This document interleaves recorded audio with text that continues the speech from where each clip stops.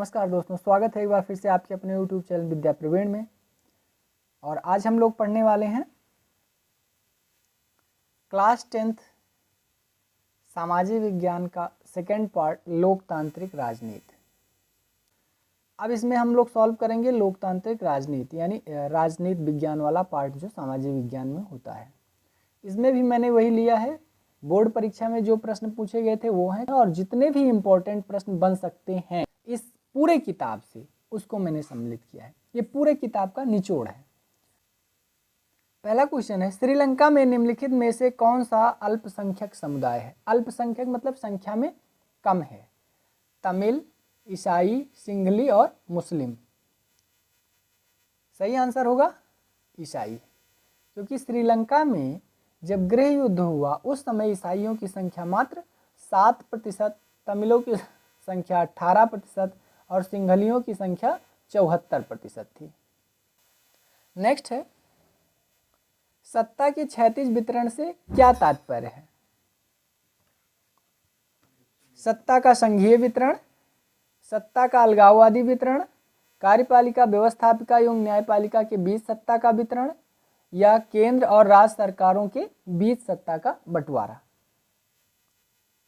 तो सत्ता का क्षैतिज वितरण का मतलब होता है सरकार की शक्तियों का कार्यपालिका, व्यवस्थापिका, न्यायपालिका के बीच बंटवारा। जनता का जनता के लिए शासन किस शासन व्यवस्था की विशेषता है? राजतंत्र की, लोकतंत्र की, सैनिक शासन की या तानाशाही की? सही आंसर होगा लोकतंत्र की विशेषता है। सामुदायिक सरकार से क्या तात्पर्य है? जब पूरा समाज मिलकर शासन करता हो, जब सत्ता का बंटवारा विभिन्न सामाजिक समूहों में हो, या बहुल कार्यपालिका वाली सरकार हो, या मंत्रियों की सामूहिक जिम्मेदारी वाली सरकार हो। सामूहिक सरकार किसे कहते हैं?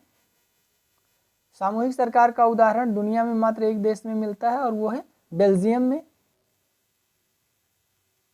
तो सामूहिक सरकार क्या है? जब सत्ता का बंटवारा विभिन्न सामाजिक समूहों में कर दिया जाए, चाहे वो जाति के आधार पर, चाहे धर्म के आधार पर, चाहे वो भाषा के आधार पर, तो उसे हम सामुदायिक सरकार कहते हैं। श्रीलंका स्वतंत्र राष्ट्र कब बना?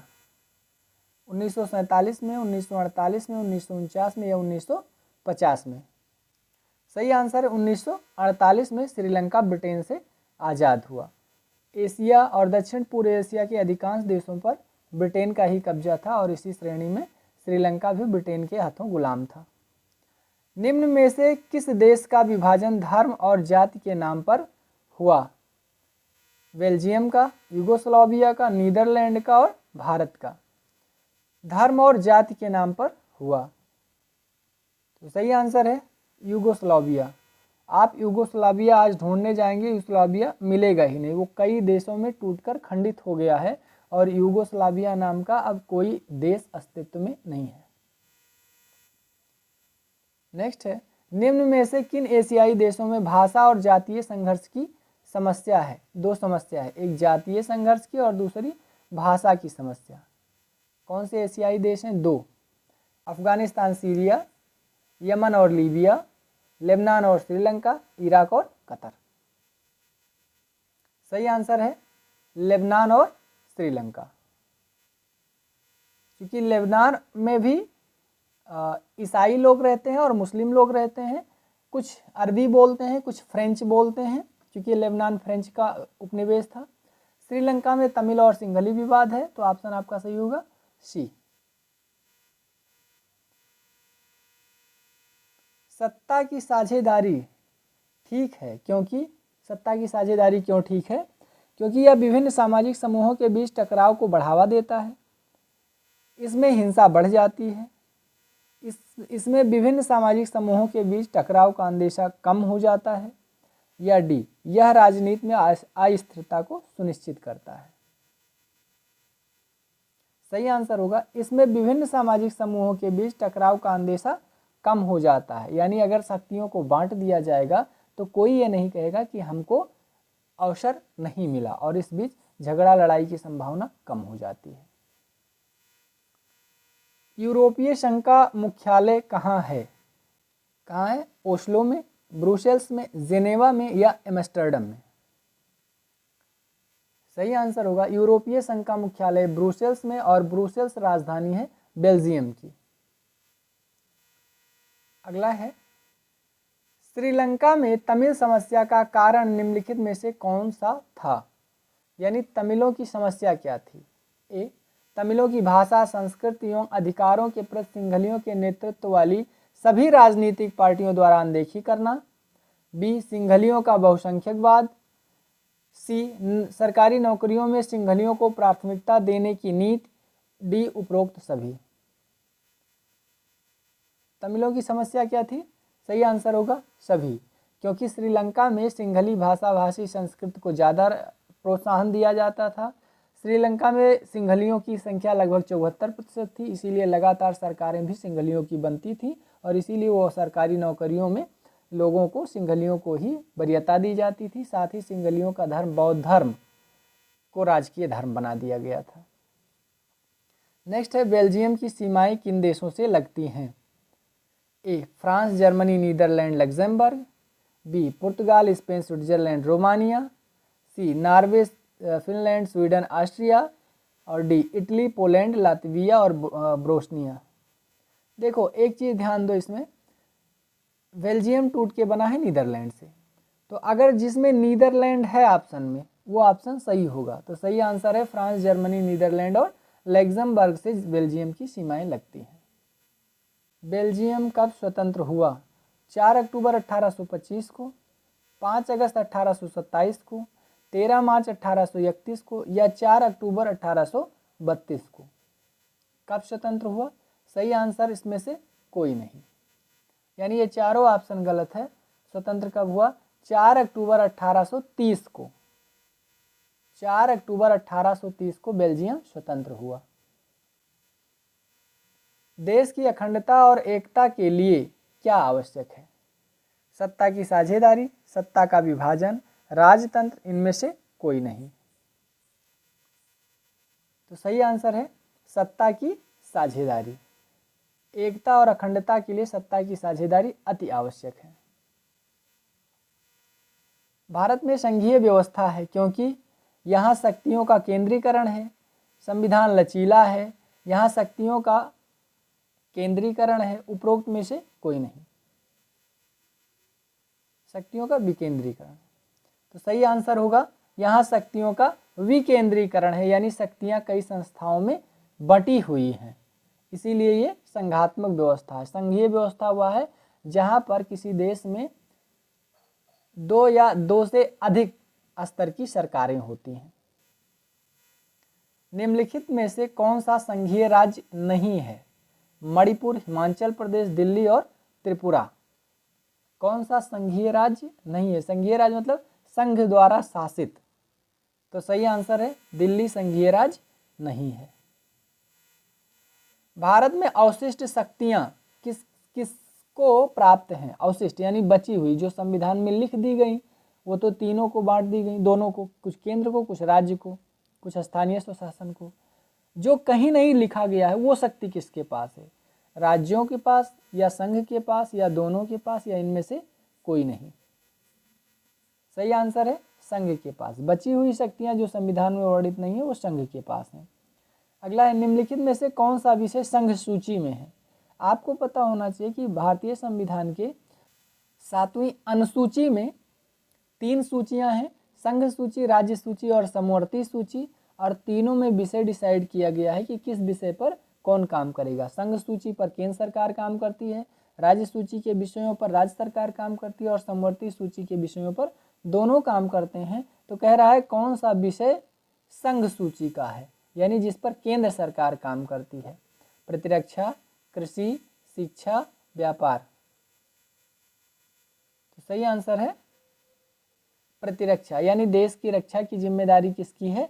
केंद्र सरकार की। रेलवे है, देश की रक्षा है, सेना है, दूरसंचार है, ये सारी व्यवस्थाएं देखता है केंद्र सरकार। अगला है संविधान के अनुसार भारत की राजभाषा है क्या? हिंदी, उर्दू, अंग्रेजी या संस्कृत? भारत की राजभाषा संविधान के अनुसार क्या है? सही आंसर है ए, हिंदी। भारतीय संविधान में भाषाओं को किस अनुसूची में रखा गया है? ए तीसरी, बी पांचवी, सातवीं या आठवीं? किस अनुसूची में रखा गया है? सही आंसर है आठवीं अनुसूची। भारत के संविधान का जब निर्माण हुआ तब उस समय टोटल सूचियां 8 थीं। वर्तमान में भारतीय संविधान में 12 अनुसूची हैं, जिसमें 8वीं अनुसूची में है भाषा और अभी 7वीं अनुसूची में मैंने बताया केंद्र और राज्य के संबंधों का वर्णन है। अगला है, भारतीय संविधान के बारे में कौन सा कथन गलत है? कह रहा गलत है। यह धर्म के आधार पर भेदभाव की मनाही करता है, यह धर्म को राजकीय धर्म बनाता है, इसमें सभी को किसी भी धर्म के पालन करने की आज़ादी है, या किसी धार्मिक समुदाय में सभी नागरिकों को बराबरी का अधिकार देता है। कह रहा गलत कौन सा है? तो ध्यान दो, भारतीय संविधान के अनुसार भारत एक धर्मनिरपेक्ष राज्य है। तो ये क्या कहता है? धर्मनिरपेक्ष राज्य वो होता है जब किसी राष्ट्र का अपना धर्म ना हो, उसकी दृष्टि में व्यक्तियों के धर्म बराबर हो। तो यह एक धर्म को राजकीय धर्म घोषित करता है, ये गलत है। भारत का कोई राजकीय धर्म नहीं है। अगला है, भारत में पंचायती राज की स्थापना कब हुई? 1980 में, 1990 में, 1992 में या 1994? पंचायती राज की स्थापना कब हुई? सही आंसर है 1992 में। इसको हम पंचायती राज को लोकतांत्रिक विकेंद्रीकरण की प्रक्रिया भी कहते हैं और ये भारत में शुरू हुआ 1992 में। भारत में लोकतांत्रिक विकेंद्रीकरण हेतु किया गया संवैधानिक प्रावधान है, क्या है? महिलाओं का संसद में प्रतिनिधित्व, या स्थानीय स्वशासी निकायों को संवैधानिक दर्जा प्रदान करना, या न्यायपालिका की स्थापना, या केंद्र और राज्य के कार्यों का वर्गीकरण। लोकतांत्रिक विकेंद्रीकरण क्या है? अभी मैंने तुरंत बताया कि स्थानीय स्वशासी निकायों को संवैधानिक दर्जा देना, यानी ग्राम पंचायतों को संवैधानिक मान्यता देना ही लोकतांत्रिक विकेंद्रीकरण है। अगला है, भारत में संविधान की दृष्टि से कौन सा कथन सही है? सही पूछ रहा है। सनातन भारत का राजकीय धर्म है, गलत है। अल्पसंख्यकों को उनकी संख्या के अनुरूप प्रतिनिधित्व दिया जाता है, गलत है। सी, धर्म के आधार पर भेदभाव का अभाव है, बिल्कुल सही है। ईसाइयों का विशेषाधिकार नहीं, यानी भारत में किसी भी धर्म के आधार पर भेदभाव नहीं किया जाता। निम्नलिखित में से कहाँ संघात्मक शासन नहीं है? नहीं पूछ रहा है। भारत, अमेरिका, बेल्जियम या श्रीलंका में? तो सही आंसर होगा श्रीलंका में। यहाँ एकात्मक शासन है, बाकी सब जगह भारत, बेल्जियम, अमेरिका में संघात्मक शासन है। निम्न में से कौन सा राज्य सूची का विषय है? जैसे मैंने बताया 3 सूची, संघ सूची, राज्य सूची और समवर्ती सूची। कह रहा है निम्नलिखित में से कौन सा राज्य सूची का विषय है? मृदा, विदेशी कार्य, बैंकिंग या व्यापार? तो सही आंसर है जो मृदा है, कृषि है, सिंचाई है, पुलिस है, यह राज्य सूची का विषय है। अगला है, निम्नलिखित में से कौन सी संघात्मक शासन की विशेषता नहीं है? शक्तियों का वितरण, शक्तियों का केंद्रीयकरण, सर्वोच्च न्यायपालिका या कठोर संविधान? विशेषता नहीं है संघात्मक की पूछ रहा है।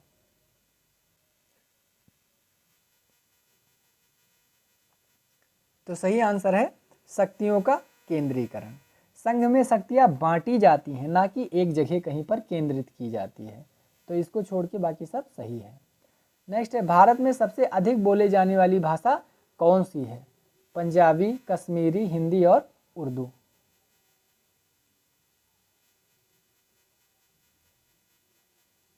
सही आंसर है हिंदी। भारत की लगभग 40% जनसंख्या हिंदी बोलती है। भारत में कितने संघ राज्य क्षेत्र यानी केंद्र शासित प्रदेश हैं? 5, 8, 9 या 10? कितने केंद्र शासित प्रदेश हैं? सही आंसर है 8। वर्तमान में यानी 2024 में भारत में केंद्र शासित प्रदेशों की संख्या है 8। नेक्स्ट है, संघीय शासन प्रणाली में शक्तियों का विभाजन होता है, यानी शक्तियां किस किस के बीच बंटती हैं? केंद्र एवं राज्य के मध्य, एक राज्य और अन्य राज्यों के मध्य, विधायिका एवं कार्यपालिका के मध्य, विधायिका एवं न्यायपालिका के मध्य। संघीय शासन में शक्तियां किन किन के मध्य बांटी जाती हैं, यानी किस किस को दी जाती हैं? तो सही आंसर है केंद्र और राज्य सरकार के मध्य शक्तियों को बांट दिया जाता है। जैसे संघ सूची बनी है तो केंद्र सरकार उस पर काम करेगी और राज्य सूची के विषयों पर राज्य सरकार काम करेगी। भारतीय संविधान की 8वीं अनुसूची में कितनी भाषाओं को मान्यता दी गई है? 18 भाषा को, 20 भाषा को, 22 भाषा को या 25 भाषा को?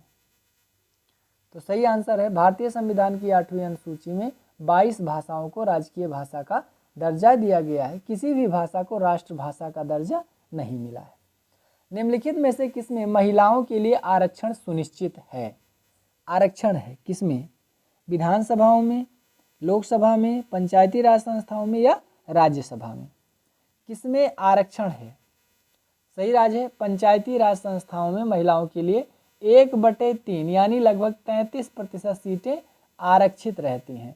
उस पर केवल चुनाव महिलाएं ही लड़ सकती हैं। अब तो विधानसभाओं में भी सीटें आरक्षित कर दी गई हैं, लेकिन आने वाले समय में वो व्यवस्था लागू होगी। निम्नलिखित में से कौन सा विषय समवर्ती सूची का है? यानी ऐसा विषय है जिसपे केंद्र सरकार भी कानून बनाती है और राज्य सरकार भी कानून बनाती है। कौन सा है? कृषि, पुलिस, रक्षा या शिक्षा? सही आंसर है शिक्षा। शिक्षा है, वन है, विवाह है, गोद लेना है, ये समवर्ती सूची का विषय है। कृषि राज्य सूची का है, पुलिस राज्य सूची का है और रक्षा व्यवस्था केंद्र सरकार का है। भारत में उच्चतम न्यायालय के न्यायाधीशों की नियुक्ति कौन करता है?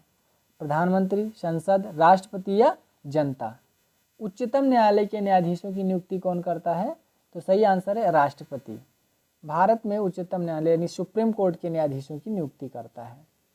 अगला है संसदीय प्रजातंत्र की स्थापना सर्वप्रथम किस देश में हुई? संसदीय प्रजातंत्र की स्थापना किस देश में हुई? इटली में, इंग्लैंड में, फ्रांस में या जर्मनी में? सही आंसर है संसदीय प्रजातंत्र की स्थापना सर्वप्रथम इंग्लैंड में हुई। नेक्स्ट है भारतीय संविधान की संघ सूची में कुल कितने विषय हैं? कितने हैं पूछ रहा है। तो देखिए 85, 90, 97 या 108?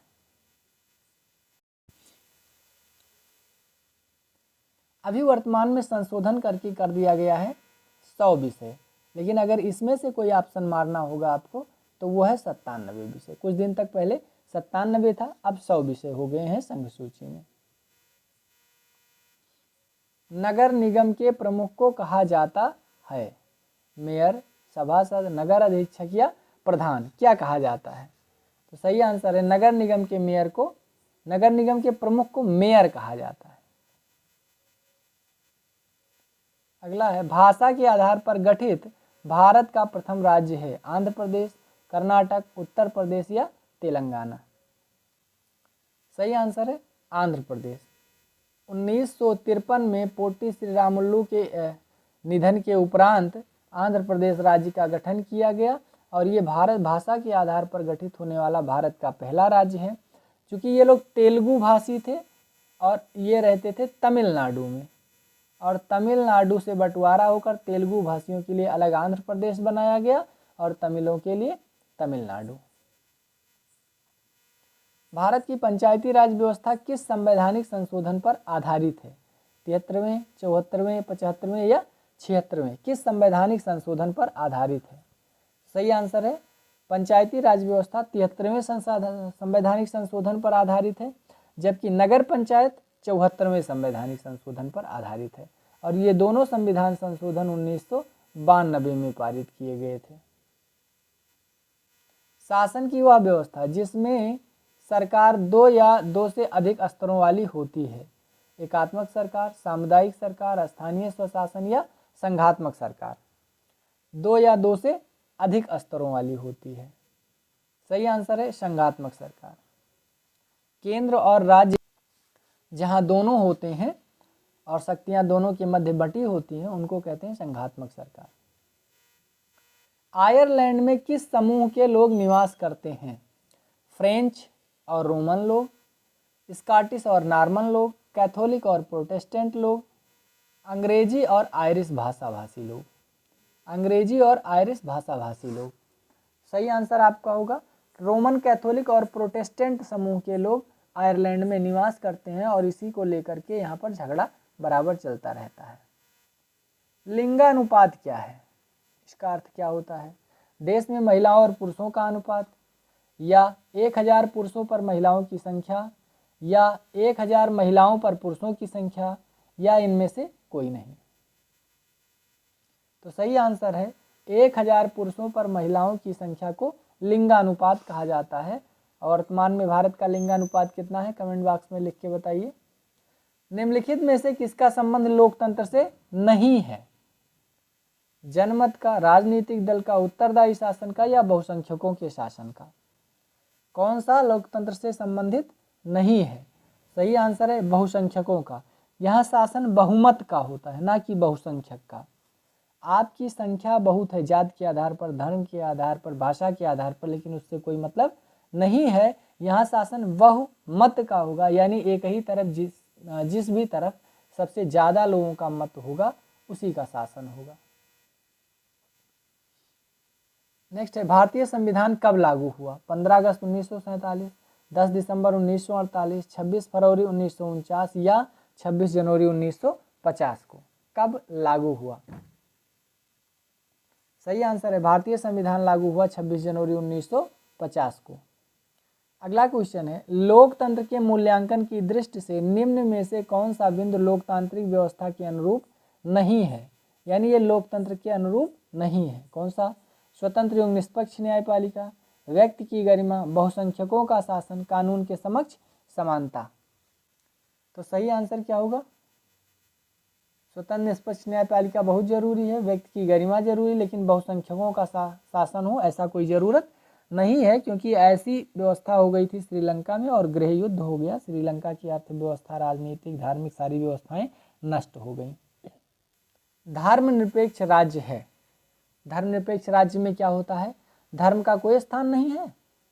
एक राष्ट्र एक धर्म में विश्वास किया जाता है, या सभी धर्मों को समान समझा जाता है, या केवल बहुसंख्यक वर्ग के धर्म को मान्यता मिलती है? तो सही आंसर है धर्मनिरपेक्ष राज्य में सभी धर्मों को समान समझा जाता है। निम्नलिखित में से कौन सा लोकतंत्र का अवगुण है, मतलब दोष है? ए धनी व्यक्तियों का शासन, बी दलों में व्यक्तिवाद, सी बहुसंख्यकों को प्राथमिकता, और डी इनमें से सभी लोकतंत्र का अवगुण है। तो सही आंसर है इनमें से सभी। यानी लोकतंत्र में अगर बहुसंख्यकों को प्राथमिकता मिली, या किसी दल में व्यक्तिवाद हो गया, यानी कि जैसे मोदी ही सब कुछ है, धनी व्यक्तियों का शासन, यानी साधारण आदमी चुनाव नहीं लड़ सकता, इतना पैसा खर्चा होता है। निम्नलिखित में से कौन सा शासन का अंग नहीं है? कार्यपालिका, विधायिका, न्याय, नगरपालिका, या न्यायपालिका? कौन सा शासन का अंग नहीं है? तो सही आंसर है नगरपालिका शासन का अंग नहीं है। शासन के 3 अंग है, कार्यपालिका, विधायिका और न्यायपालिका। निम्नलिखित में से कौन सा सबसे बड़ा लोकतांत्रिक देश है? भारत, रूस, अमेरिका और फ्रांस। सबसे बड़ा लोकतांत्रिक देश है, तो सही आंसर है भारत दुनिया का सबसे बड़ा लोकतांत्रिक देश है। भारत में मताधिकार की आयु क्या है? 16 वर्ष, 18 वर्ष, 21 वर्ष या 25 वर्ष? मताधिकार की आयु कितनी है? सही आंसर है मत देने का जो अधिकार है वो 18 वर्ष के ऊपर के प्रत्येक नागरिक को है। इसलिए भारत को कहा जाता है सार्वभौमिक वयस्क मताधिकार प्रणाली वाला देश। यहाँ धर्म, जाति, लिंग आदि के आधार पर भेदभाव नहीं किया जाता है। नेक्स्ट है और क्वेश्चन नंबर 50 है लोकतांत्रिक शासन व्यवस्था अन्य लोकतांत्रिक व्यवस्थाओं से अच्छी है। क्यों अच्छी है? यह सभी नागरिकों में समानता को बढ़ावा देती है। बी यह व्यक्ति की गरिमा को बढ़ावा देती है। सी ए और बी दोनों, डी इनमें से कोई नहीं। सही आंसर क्या होगा? इनमें से दोनों। यह व्यक्ति की गरिमा को भी बढ़ाता है और नागरिक समानता को भी बढ़ावा देता है। नेक्स्ट और काफी इंपॉर्टेंट क्वेश्चन है भारतीय राष्ट्रीय कांग्रेस की स्थापना कब हुई थी? यानी भारतीय राष्ट्रीय कांग्रेस की स्थापना कब हुई थी? तो कब हुई? 1835 में, 1855 में, 1885 में, 1890 में। तो इंडियन नेशनल कांग्रेस की स्थापना हुई 1885 में मुंबई में, और इसका पहला अधिवेशन चला दिसंबर माह में गोकुलदास तेजपाल सप्रू विद्यालय में। भारतीय संघ में कितने राज्य हैं? 26, 28, 29 और 31। कितने राज्य हैं? तो सही आंसर है वर्तमान में यानी 2024 में नवंबर में 28 राज्य हैं टोटल। नेपाल में लोकतंत्र की स्थापना हुई 2005 में, 6 में, 8 में या 15 में? लोकतंत्र की स्थापना कब हुई? तो सही आंसर है सन 2008 में लोकतंत्र की स्थापना हुई। नेक्स्ट है 1954 से 1968 तक अमेरिका में निम्नलिखित में से कौन सा आंदोलन चला? चर सुधार आंदोलन, धर्म सुधार आंदोलन, नागरिक अधिकार आंदोलन या उपर्युक्त सभी? कौन सा चला पूछ रहा है। सही आंसर होगा नागरिक अधिकार आंदोलन। वहाँ पर काले लोगों को अधिकार दिलाने के लिए जो आंदोलन चला था उसको कहते हैं नागरिक अधिकार आंदोलन। अमेरिका में नागरिक अधिकार आंदोलन किसके नेतृत्व में चलाए गए? मार्टिन लूथर किंग जूनियर के, अब्राहम लिंकन के, पीटर नॉर्मन के या नेल्सन मंडेला के? किसके नेतृत्व में चलाए गए? सही आंसर है मार्टिन लूथर किंग जूनियर के नेतृत्व में अमेरिका में नागरिक अधिकार आंदोलन चलाया गया। अब्राहम लिंकन अमेरिका के राष्ट्रपति रह चुके हैं। पीटर नॉर्मन मैक्सिको खेल में सम्मिलित हुए थे, और नेल्सन मंडेला को अफ्रीका का गांधी कहा जाता है। ये 28 वर्षों तक जेल में रखे गए थे और बाद में फिर ब्रिटेन से इनको आज़ादी मिली। सामाजिक विभाजनों की राजनीति का परिणाम 3 चीज़ों पर निर्भर करता है। किन चीज़ों पर? निम्नलिखित में से कौन उन तीनों में नहीं आता है? तो किन चीज़ों पर निर्भर करता है? लोगों में अपनी पहचान के प्रति आग्रह की भावना, बिल्कुल सही है। सरकार का रुख यानी सरकार किसके तरफ ध्यान देती है? अमीरों के, गरीबों के, जातीय आधार पर या धार्मिक आधार पर? सी, किसी समुदाय की मांग को राजनीतिक दल कैसे लेते हैं? जैसे समुदाय कोई मांग किया तो राजनीतिक दल उसका प्रचार प्रसार करेंगे कि दबाएंगे। और डी है सकारात्मक नज़रिया रखना। तो सही आंसर होगा सकारात्मक नज़रिया रखना, इसको छोड़ के बाकी सब सही है। नेक्स्ट है काले दस्ताने और बंधी मुट्ठियाँ किसकी प्रतीक हैं? विद्रोह की, अश्वेत की, शांति की या निम्नलिखित में से कोई नहीं? एक प्रतीक बनाते थे अमेरिका के जो काले लोग थे, जिनको हम एफ्रो अमेरिकी कहते हैं। उनके दादा परदादा कभी अफ्रीका के मूल निवासी हुआ करते थे और वो मजदूरी के लिए अमेरिका चले गए और वहीं बस गए, और बाद में जो उनकी संतानें पैदा हुई उनको हम एफ्रो अमेरिकी कहते हैं। तो उन्होंने आंदोलन जब किया तो एक प्रतीक बनाया, काले दस्ताने और बंधी हुई मुट्ठियाँ। तो ये किसका प्रतीक थी? विद्रोह की, अश्वेत की, शांति की या इनमें से कोई नहीं? तो सही आंसर होगा अश्वेत शक्ति की ये प्रतीक थी। अश्वेत शक्ति आंदोलन कब से कब तक चला? 1955 से 62 तक, 1962 से 65 तक, 1966 से 75 तक या 1976 से 1980 तक? अश्वेत शक्ति आंदोलन कब से कब तक चला? तो सही आंसर है 1966 से 1975 तक ये आंदोलन चला। लोकतंत्र का प्रमुख गुण निम्नलिखित में से कौन सा है? देशभक्त की भावना, राष्ट्रीय चरित्र का निर्माण, प्रगतिशील सरकार या उपरोक्त सभी? कह रहा है कौन है लोकतंत्र का गुण? तो सही आंसर है उपर्युक्त सभी, यानी ये सारे जो वक्तव्य दिए गए ये लोकतंत्र के गुण हैं। धर्म से राजनीति को अलग नहीं किया जा सकता, किसने कहा? महात्मा गांधी, पेरियार, ज्योतिबा फुले या राजेंद्र प्रसाद? किसने कहा धर्म को राजनीति से अलग नहीं किया जा सकता? सही आंसर है महात्मा गांधी ने कहा धर्म और राजनीति एक ही सिक्के के दो पहलू हैं, इनको अलग नहीं किया जा सकता। नर्मदा बचाओ आंदोलन किससे संबंधित है? बड़ा फेमस आंदोलन है और बहुत दिनों से चल रहा है। सतलुज बांध से, हीराकुंड बांध से, नागार्जुन बांध से या सरदार सरोवर बांध से? नर्मदा बचाओ आंदोलन।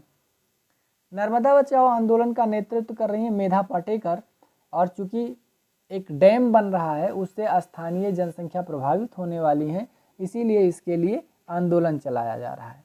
तो ये किससे संबंधित है? सरदार सरोवर नामक एक बांध है, उसी से संबंधित है। असम आंदोलन का वर्तमान नाम क्या है? असम गण परिषद, असम राज्य परिषद, असम राजनीतिक परिषद या असम संघर्ष परिषद, क्या नाम है? तो सही आंसर है असम गण परिषद। नेक्स्ट है, यदि हम लैंगिक भेदभाव की बात करते हैं तो इसका अर्थ है लैंगिक यानी लिंग के आधार पर भेदभाव करना स्त्री और पुरुष की। जैसे समाज में स्त्री और पुरुष की असमान भूमिका, स्त्री और पुरुष के मध्य जैवीय भिन्नता, बालक और बालिकाओं की संख्या में असमानता, या उपरोक्त में से कोई नहीं। किस आधार पर हम भेदभाव करते हैं? तो सही आंसर है समाज में स्त्री और पुरुष की असमान भूमिका के कारण हम लोग लैंगिक भेदभाव करते हैं।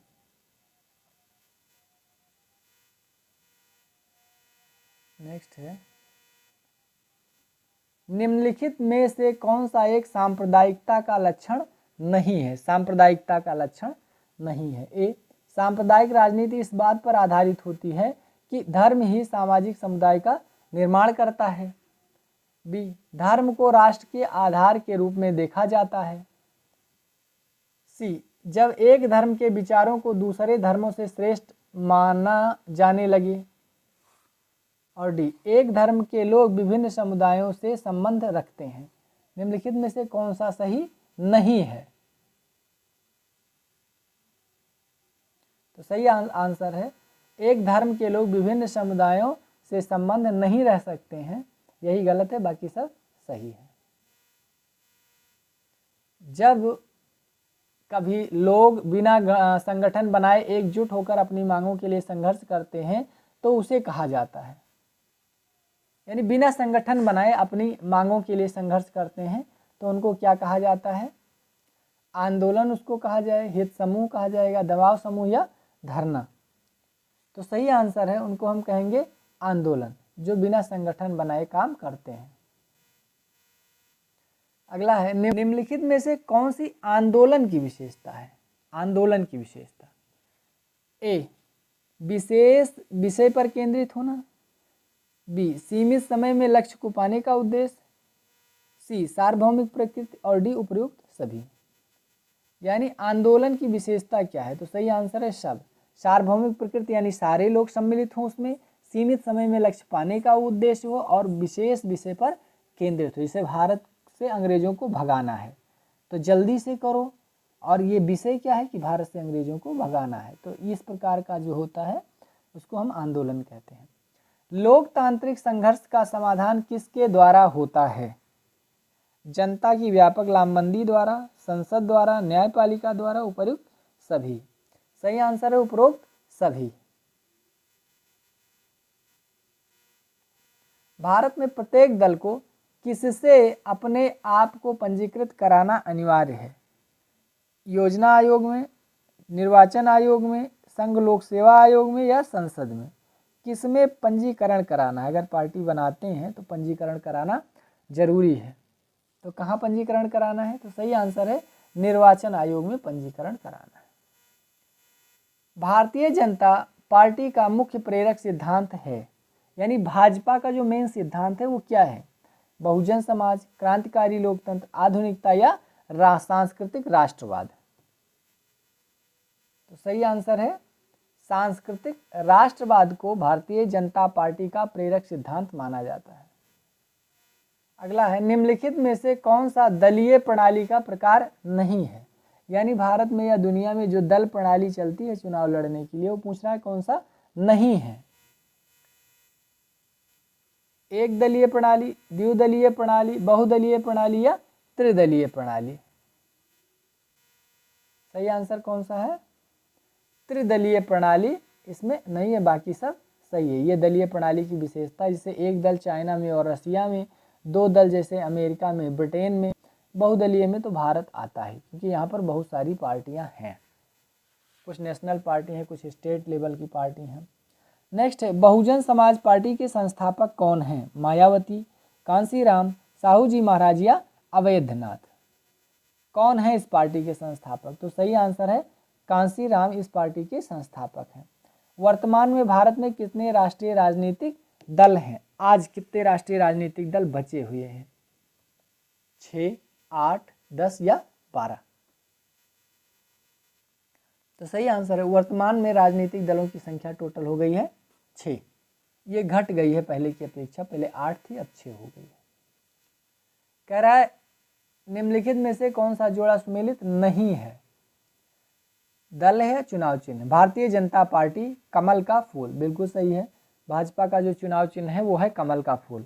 भारतीय राष्ट्रीय कांग्रेस हाथ का पंजा, बिल्कुल सही है, हाथ का पंजा है। बहुजन समाज पार्टी, ये तो हाथी है। बहुजन समाज पार्टी हाथी हो गई। तो समाजवादी पार्टी क्या है? तीर धनुष? नहीं, गलत है। समाजवादी पार्टी का है साइकिल। भारत के प्रथम राष्ट्रपति कौन थे? महात्मा गांधी, राजेंद्र प्रसाद, जवाहरलाल नेहरू या भीमराव अंबेडकर? कौन थे प्रथम राष्ट्रपति? सही आंसर है डॉक्टर राजेंद्र प्रसाद को भारत का प्रथम राष्ट्रपति बनाया गया। नेक्स्ट है एक दलीय व्यवस्था बढ़ावा देती है किसको? लोकतांत्रिक व्यवस्था को, अधिनायकवादी व्यवस्था को, कुलीन तंत्र को या राजतंत्र को? अगर एक दलीय है जैसे कि रूस में, तो वो किस प्रकार की व्यवस्था बनाना चाहेगा? तो एक दलीय व्यवस्था बढ़ावा देती है क्या? अधिनायकवादी व्यवस्था को, यानी हिटलर पैदा करती है। निम्नलिखित में से कौन से भारतीय लोकतंत्र के समक्ष चुनौती है?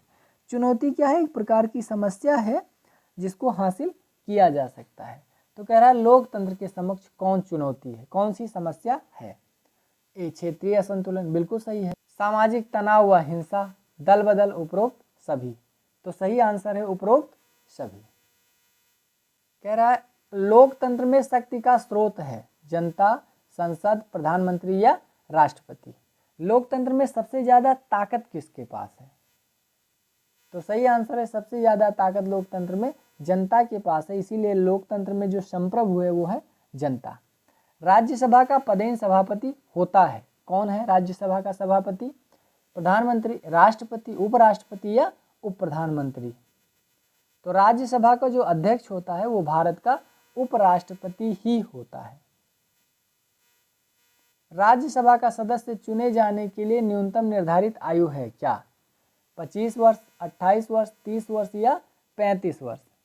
यानी कि न्यूनतम आयु राज्यसभा में जाने के लिए क्या है? तो सही आंसर है न्यूनतम आयु है 30 वर्ष।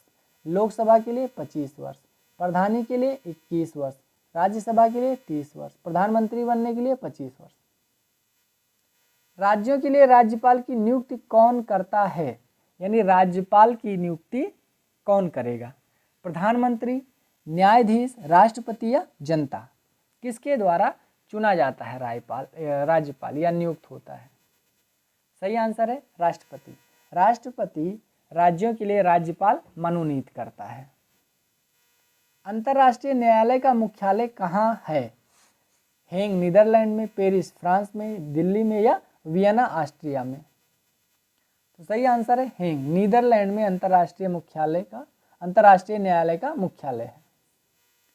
उच्चतम न्यायालय का न्यायाधीश अपने अधिकतम कितने आयु तक अपने पद पर रह सकता है? उच्चतम न्यायालय के 60 वर्ष, 62 वर्ष, 65 वर्ष और 70 वर्ष। यानी सुप्रीम कोर्ट का जो न्यायाधीश होता है वो कितने वर्षों तक काम करता है? तो सही आंसर है 65 वर्ष। देखिए उच्चतम न्यायालय के न्यायाधीश 65 वर्ष तक काम करेंगे और हाई कोर्ट के यानी उच्च न्यायालय के 62 वर्ष तक काम करेंगे। ब्रह्म समाज के संस्थापक थे कौन? राजा राममोहन राय, दयानंद सरस्वती, रामकृष्ण परमहंस या विवेकानंद? इनमें से कौन ब्रह्म समाज का संस्थापक था?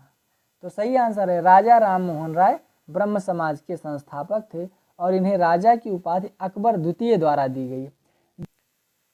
निम्नलिखित में से कौन लोकतंत्र का दुष्परिणाम है? दुष् यानी बुरा परिणाम है। ए धनी व्यक्तियों का शासन, बी बहुमत की तानाशाही, सी भ्रष्टाचार, डी उपर्युक्त सभी? कौन सा लोकतंत्र का दुष्परिणाम है? तो सही आंसर है उपर्युक्त सभी, क्योंकि लोकतंत्र में भ्रष्टाचार, बहुमत की तानाशाही, धनी व्यक्तियों का शासन भारत के वर्तमान राष्ट्रपति हैं कौन? राहुल गांधी, नरेंद्र मोदी, द्रौपदी मुर्मू या सुब्रमण्यम जयशंकर।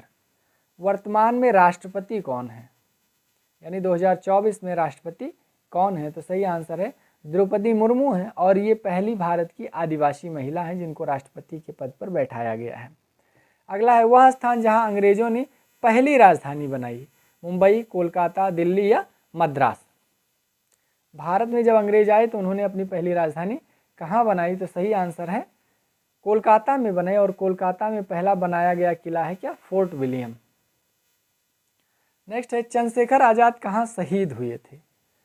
प्रयागराज, अयोध्या, कानपुर या लखनऊ। कहाँ शहीद हुए थे? तो चंद्रशेखर आजाद शहीद हुए थे प्रयागराज, यानी पहले इलाहाबाद उसका नाम था, अब नाम हो गया है प्रयागराज। नेक्स्ट है काकोरी ट्रेन डकैती के जुर्म में राजेंद्र नाथ लाहिड़ी को फांसी कहाँ दी गई? फैजाबाद, गोंडा, गोरखपुर या बस्ती। कहाँ पर फांसी दी गई? तो सही आंसर है काकोरी ट्रेन डकैती 9 अगस्त 1925 को घटित हुई थी, और इसी के दोषी ठहराए जाने के कारण डॉक्टर राजेंद्र नाथ लाहिड़ी को गोंडा जेल में फांसी दी गई।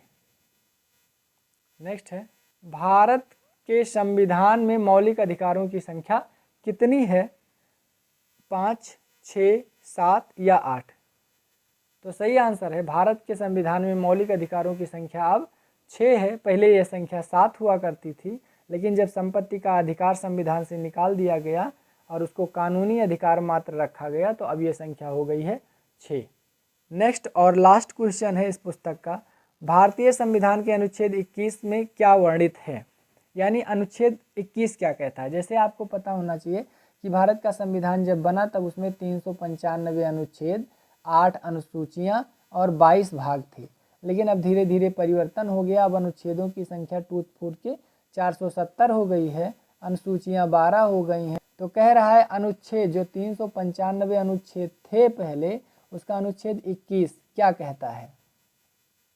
समानता का अधिकार देता है, स्वतंत्रता का अधिकार देता है, जीवन का अधिकार देता है या शिक्षा का अधिकार देता है? सही आंसर है जीवन का अधिकार देता है। अनुच्छेद जो 21 है वो स्वतंत्रता के अधिकार के तहत है और स्वतंत्रता का अधिकार है अनुच्छेद 19 से 22 तक। तो अनुच्छेद 21 कहता है जीवन की स्वतंत्रता, यानी जीने की आज़ादी हर किसी को है, चाहे वो नागरिक हो और चाहे वो भारत में आने वाला कोई बाहरी व्यक्ति ही क्यों ना हो। तो आपको जो भी डाउट होंगे कमेंट बॉक्स में लिख देना, हम इसको सॉल्व कराएंगे। सारे डाउट आप लोगों के क्लियर किए जाएंगे। आज के लिए इतना ही, धन्यवाद।